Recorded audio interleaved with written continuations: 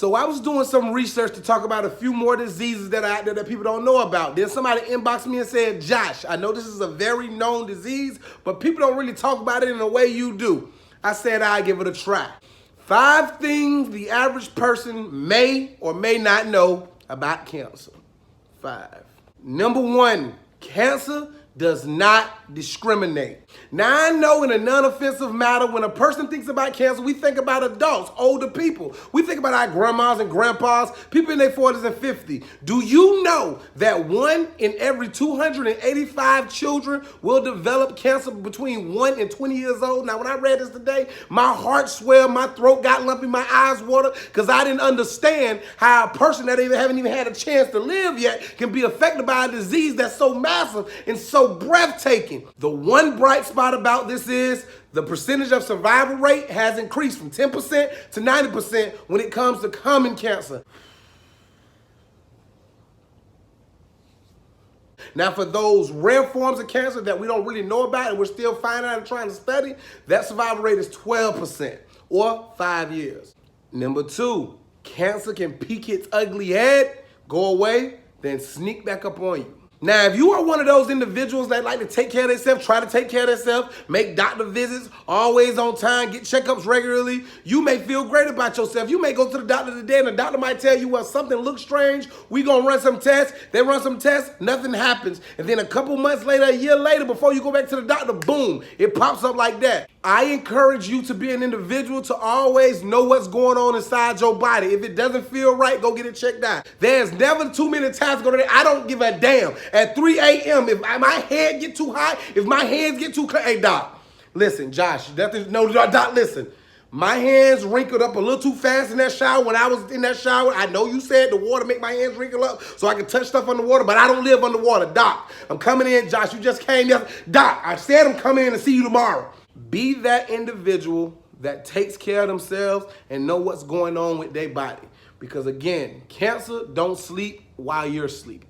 Number 3, cancer does not fear money. A lot of people feel that people with money have a higher cancer survival rate. Not true.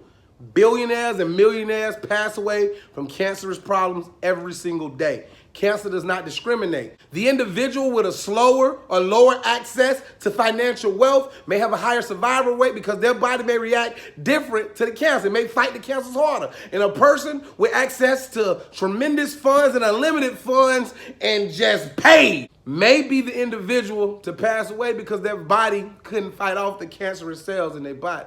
So for anybody out there, before you make that statement, well, he would have survived if he had money. The poor people die, the rich people live.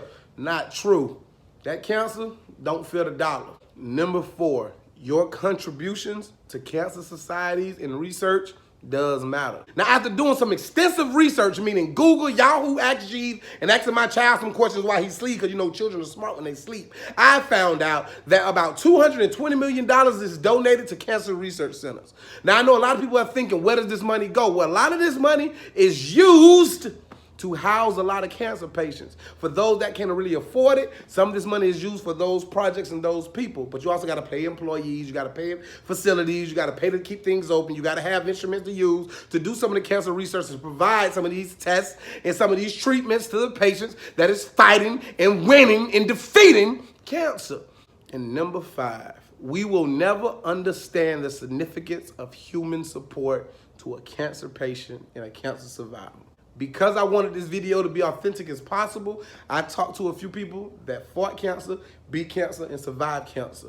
And I talked to some people that lost their loved ones to cancer. And the main thing that I was told was human support is so important and it's appreciated because it reminds the person who is fighting this horrific disease that they have more than anything to live for. So for those people out there that get sad and emotional, and I know how hard it is to see one of your loved ones go through something so vile, and nothing you could do about it, just remember, your support, your encouragement may be all they need to beat this stupid, idiotic, horrific disease we call cancer.